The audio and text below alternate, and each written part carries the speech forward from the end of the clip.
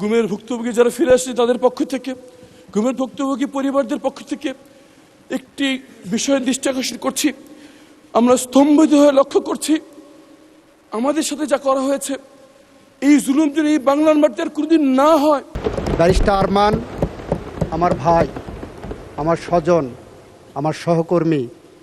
উনি দীর্ঘদিন ধরে যেভাবে গুমের শিকার হয়েছিলেন এবং এভাবে বাংলাদেশের 700-র বেশি মানুষ গুমের শিকার হয়েছিলেন, তাদের মধ্যে আমাদের মাননীয় স্বরাষ্ট্রমন্ত্রী এখানে আছেন।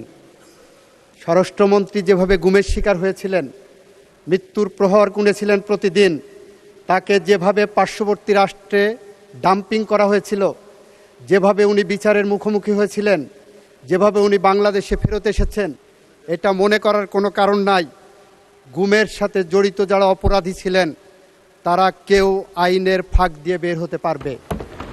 সে কারণেই আমরা বলেছি, গুমের আইনে যে সাজা প্রেসক্রাইব করছেন, গুমের আইনে যে তদন্তের পদ্ধতির কথা বলেছেন, আর আইসিটি অ্যাক্টে যে গুমের ক্রাইম এগেনস্ট হিউম্যানিটির কথা বলেছেন, দুইটার মধ্যে যাতে সাংঘর্ষিক কোনো অবস্থা বিরাজমান না থাকে, সে কারণে এই আইনগুলো আমাদের যাচাই বাছাই করা দরকার।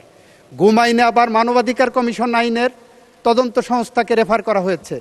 এই সবগুলো আমাদের